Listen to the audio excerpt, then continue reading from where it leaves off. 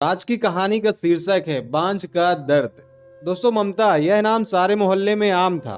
मोहल्ले वालों के मुंह पर ममता नाम रखा ही रहता था।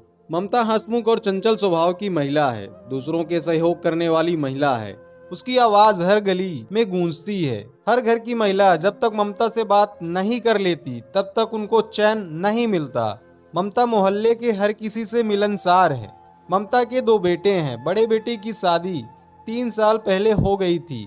उसका एक बेटा है जिसे ममता पूरे दिन मोहल्ले के हर घर में लिए घूमती है। ममता के घर में पूरे दिन खुशियां और किलकिलारी गूंजती है। दोस्तों, ममता के छोटे बेटे की शादी है। ममता आजकल घर के काम में व्यस्त है। कभी बाजार से सामान खरीद कर लाती है तो कभी घर की साफ सफाई में व्यस्त रहती है। आजकल मोहल्ले में उसका शोर शराबा कम ही रहता है। छोटे बेटे का बड़े धूमधाम से ब्याह रचाया गया। घर में खूबसूरत और गुणवान बहू आई। ममता उसकी प्रशंसा पूरे मोहल्ले में करती हुई नहीं थकती थी। ममता के घर में खुशियों का खजाना था। हर कोई उसके परिवार की प्रशंसा करते हुए नहीं थकता था। धीरे धीरे समय बीतता गया। लगभग 3 साल हो गए। ममता के छोटे बेटे के कोई संतान नहीं हुई। अब ममता परेशान होने लगी। हर कोई उसके छोटी बहू के बारे में पूछते, वह क्या जवाब देती। अब ममता छोटी बहू पर कई बार गुस्सा करने लगी थी। पर इससे होता क्या, यह सब तो भगवान की मर्जी है, ऐसा सोचकर गुस्सा टाल देती थी। अब छोटी बहू भी परेशान रहने लगी थी। वह अकेली अंदर ही अंदर घुटती रहती थी।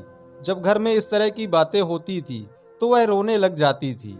अब उसे घर में सभी ताने देने लगे थे, पर छोटी बहू क्या कर सकती थी। ममता के द्वारा भी पूरे जतन किए गए। हर मंदिरों में जाकर उसने मन्नत मांगी, परंतु सभी विफल रही। जिस घर में खुशियां की किलकिलारियां उठती थी, आज उस घर में मायूसी छाई हुई है। ममता का छोटा लड़का पास के शहर में नौकरी करता था। जब भी वह छुट्टी लेकर आता तो परिवार को देखकर दुखी हो जाता। वह अपनी पत्नी का दर्द अच्छे से जान रहा था, पर वह करे तो करे क्या। उसने निश्चय कर लिया कि वह अपनी पत्नी को अपने साथ लेकर शहर जाएगा। वह अपनी पत्नी को साथ ले गया।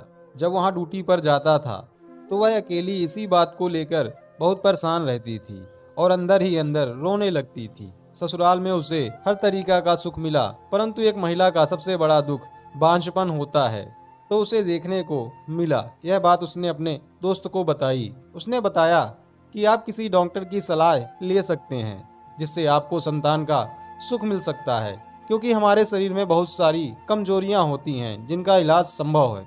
अगले दिन दोनों तैयार होकर डॉक्टर के पास गए और डॉक्टर से अपनी समस्याएं बताई। डॉक्टर ने कुछ टेस्ट कराए और उनको कहा कि चिंता की कोई बात नहीं है, आपको संतान सुख मिल जाएगा। इसके लिए हमें IVF प्रणाली का प्रयोग करना पड़ेगा। इस पर ममता की बहू ने अपनी सहमति दी और ठीक समय बाद ममता की बहू को पुत्र रत्न की प्राप्ति हुई। जब यह बात घर पर पहुंची तो खुशी का कोई ठिकाना नहीं रहा। ममता ने पूरे मोहल्ले में खूब मिठाई बांटी और खुशियां मनाई। तो दोस्तों, इस कहानी से हमें यह शिक्षा मिलती है कि महिलाओं जो होती हैं अपनी समस्याओं से जूझती रहती हैं और किसी डॉक्टर की सलाह नहीं लेती हैं।